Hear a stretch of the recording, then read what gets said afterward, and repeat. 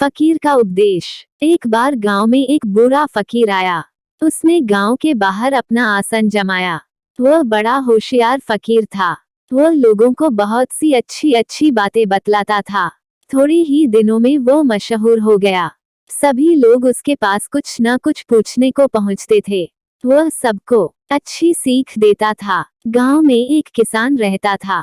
उसका नाम रामगुलाम था। उसके पास बहुत सी जमीन थी, लेकिन फिर भी रामगुलाम सदा गरीब रहता था। उसकी खेती कभी अच्छी नहीं होती थी। धीरे धीरे रामगुलाम पर बहुत सा कर्ज हो गया।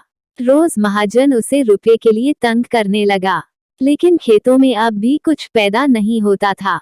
रामगुलाम खुद तो खेतों में बहुत कम जाता था। वह सारा काम नौकरों से लेता था।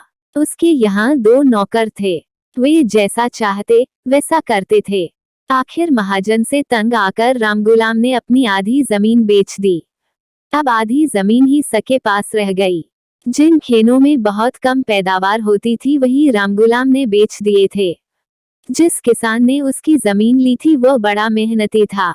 वह अपना सारा काम अपने हाथों से करने की हिम्मत रखता था। जो काम उससे न होता वह मजदूरों से कराता, पर रहता सदा उनके साथ ही साथ था।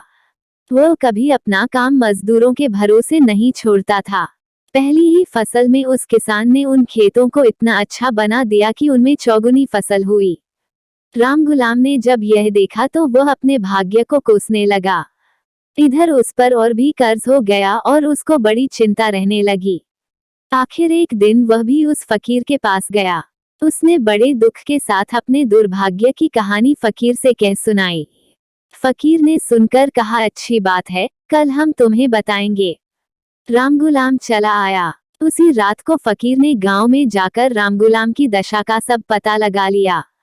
दूसरे दिन उसने रामगुलाम के पहुंचने पर कहा, तुम्हारे भाग्य का भेद सिर्फ जाओ और आओ में है।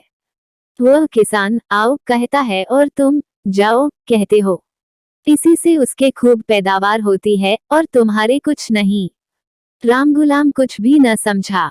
तब फकीर ने फिर कहा, तुम खेती का सारा काम मजदूरों पर छोड़ देते हो। तुम उनसे कहते हो जाओ ऐसा करो, पर खुद न उनके साथ जाते हो न काम करते हो। पर वह किसान मजदूरों से कहता है आओ खेत चलें। वह उनके साथ साथ जाता है और साथ साथ मेहनत करता है। मजदूर भी उसके डर से खूब मेहनत करते हैं।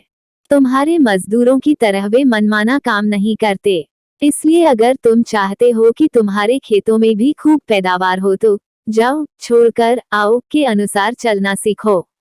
रामगुलाम ने फकीर की बात मान जी। उस दिन से आलस्य त्याग कर वह अपने खेत में मजदूरों के साथ कड़ी मेहनत करने लगा। अब उसके उन्हीं खेतों में खूब फसल होने लगी।